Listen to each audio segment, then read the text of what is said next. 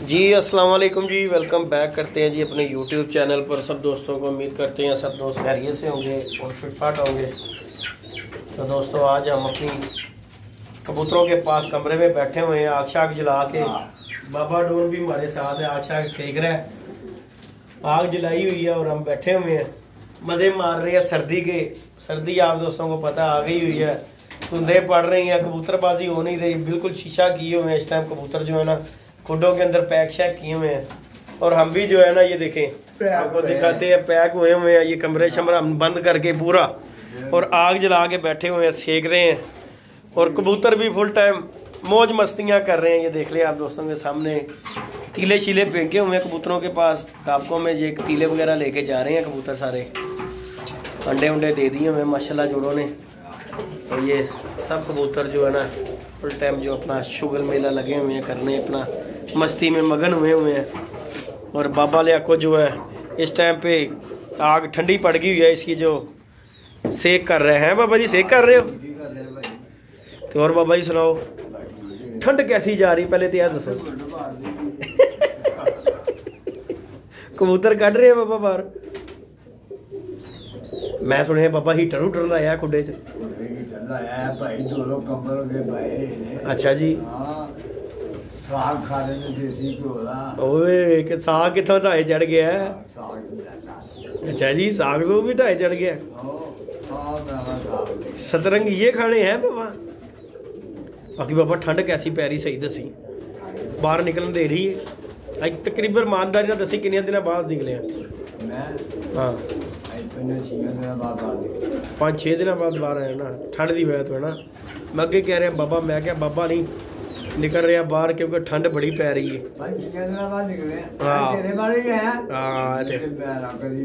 बाबा अच्छा तोता वेख ला वो बड़े जरा। ये देखे जी वीवर हमने तोता पकड़ा है, ऑस्ट्रेलियन कौवे पीछे पड़े हुए थे इसके। ये खूब दाने का झाड़ा ही बाबा जाके कबूतर थले वड़ जाते। वेख जरा हो गए वो भी तीले चुक रहे नाल कबूतर के नाल। वेख जरा कबूतर तंग कर रहे बाबा। ਕਾਂ ਮਾਰਦੇ ਪਏ ਸੀ ਬਾਬਾ ਇਹਨੂੰ, ਕਾਂ ਮਾਰਦੇ ਪਏ ਸੀ। ਤੇ ਮੈਂ ਕਿਹਾ ਚੱਲ ਯਾਰ ਇਹਨਾਂ ਨੇਕੀ ਕੀਤੀ, ਪਰ ਐ ਨਹੀਂ ਆਵੇ ਨਾ ਮੋਢਾ ਉਹਦਾ ਖਰਾਬ ਏ। ਅਸੀਂ ਨੇਕੀ ਕੀਤੀ ਹੈ। ਰਹਿੰਦੇ ਐ ਉੱਤੇ ਚੜ ਕੇ ਬਸ ਠੀਕ ਹੈ ਚੜ ਰਿਹਾ ਵੇ। ਰਹਿੰਦੇ ਇੱਕ ਮਿੰਟ ਬਾਬਾ, ਇੱਕ ਮਿੰਟ ਰਹਿੰਦੇ ਬੰਦ ਕਰ ਤੇਰਾ ਵੇ ਕਿੱਥੇ ਚੜਦਾ ਬੰਦ ਤੇ ਕਰ ਬੂਆ ਨਾ ਜਰਾ ਮਾਰੀ ਨਾ ਉੱਤੇ ਜਾਣ ਦੇ ਤੇਰਾ, ਉੱਤੇ ਜਾਣ ਦੇ ਨੂੰ ਇਹਨੂੰ ਬਾਹਰ ਛੱਡ ਦੇ। ਰੁਕ ਜਾ ਉਹ ਵੇਖ ਨਾ ਬਾਬਾ ਹੱਬਾ ਇਹਨੂੰ ਛੱਡਣ ਉਡਾਉਣ ਦਾ ਫਾਇਦਾ ਕੀ ਹੈ ਯਾਰ। ਉਹ ਤੋਤੇ ਵਾਲੇ ਨੂੰ ਦੇ ਕੇ ਆ ਕੇ ਪਾਨਾ ਦੇ ਪੈਸੇ ਬਣ ਜਾਣਗੇ, ਹੋਰ ਕੀ ਚਾਹੀਦਾ ਜੀ। ਉਹ ਨਹੀਂ ਵਿਕਣਾ ਹੈ, ਐਵੇਂ ਨਹੀਂ ਵਿਕਣਾ। ਕੀ ਗੱਲ ਹੈ ਨੱਕ ਵਗਦਾ ਹੈ ਹੱਬਿਆ। ਸਾਨੂੰ ਕੀ ਕਹਿੰਦਾ ਬਾਬਾ ਜੀ ਅਸੀਂ ਉਡਾਣਾ ਹੈ, ਸਾਡੇ ਅਸੀਂ ਕਿਹੜੀਆਂ ਦੀਆਂ ਜੇਠ ਦੀਆਂ ਬਾਜ਼ੀਆਂ ਲੈਣੀਆਂ ਨੇ। ਸਾਨੂੰ ਕੀ ਲੱਗੇ ਹੱਬਾ ਹੋਵੇ ਜਾਂ ਹੋਵੇ।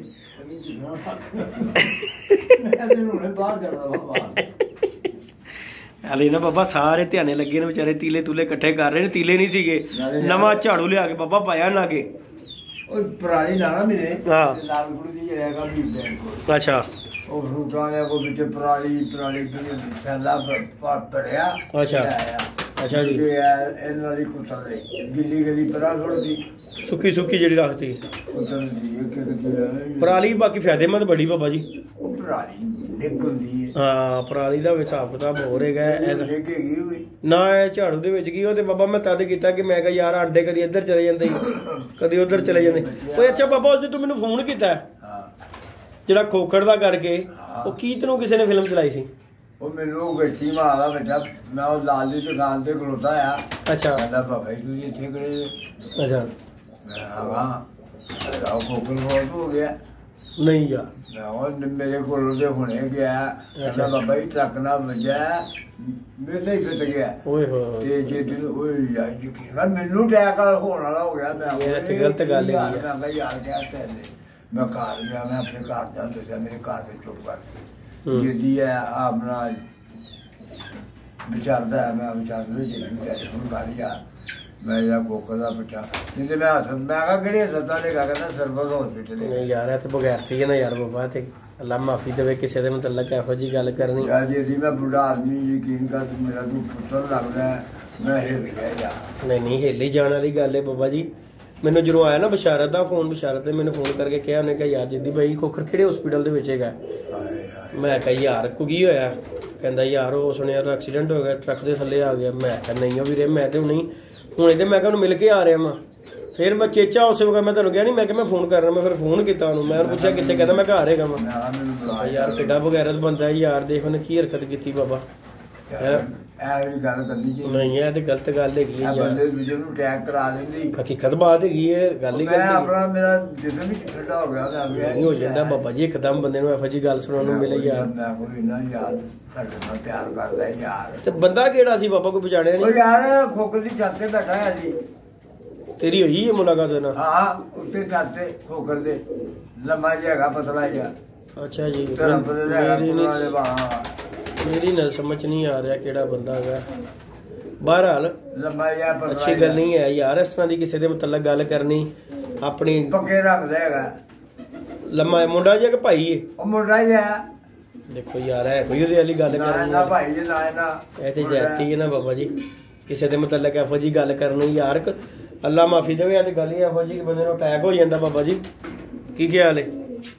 अपने खान बाकी ज्यादती यार बाबा है बोल बड़ी ज्यादती नहीं यार, नहीं मजाक होना चाहिए। थोड़ी बर्दाश्त करना बाबा जी, मजाक असी की बर्दाश्त कर मैं उही गल कर रहा कि बाबा जी चलो सानू कवे तेनों तानू कहने का मकसद ही कोई नहीं है किसी का। अच्छा जी, बाकी यार बगैरती है बड़ी बड़ी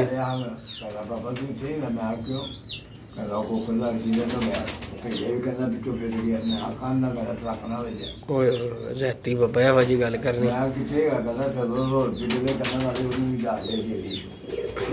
गल माड़ी है बाबा जी। अल्लाह पाक सेहत तंदुरुस्ती दी, अल्लाह पाक सब ते अपना करम रखे, अपना फजल रखे।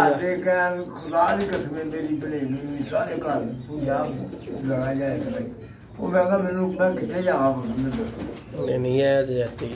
बाकी बाबा अज तो जैकट जुकट तो बड़ी मारी हुई बाबा, भैन फुल टाइम है मुंडा खुंडा ही बने है इतने तो ठंड लग रही थी है ना। सीधा इधर इधर मुंडा खुंडा ही है, MSB दी है। क्या बात है बाबा जी, पाला नहीं भाई जी ठंड तो बचना चाहिए, ठंड तो बचना ही चाहिए। ठंड हाँ जी नहीं है तो गल मनने वाली बाबा जी, ठंड तो है, ठंड तो जिन्ना बच सकते हो ना बचो। चंगा किया बाबा, चंगा किया। ठंड बड़ी भाई पै रही है, कोई शक नहीं है। एरिया के कोई भी दलेरी नहीं है, ठंड अगे कोई भाई बहादरी नहीं। ये तो जिन्ना बच सकते हो बचो। हाँ कमरे च लाने अस हीटर की लाना, भैन जो गैस ही नहीं साड़ी आती कोई भी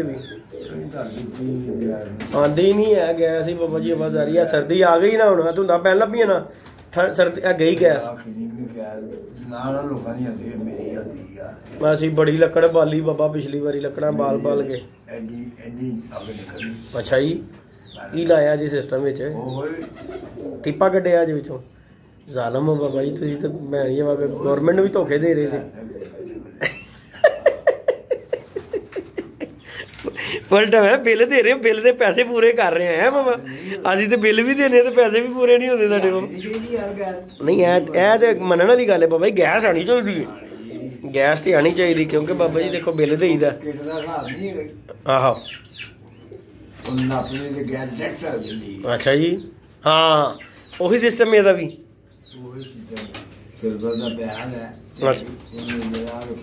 ठीक है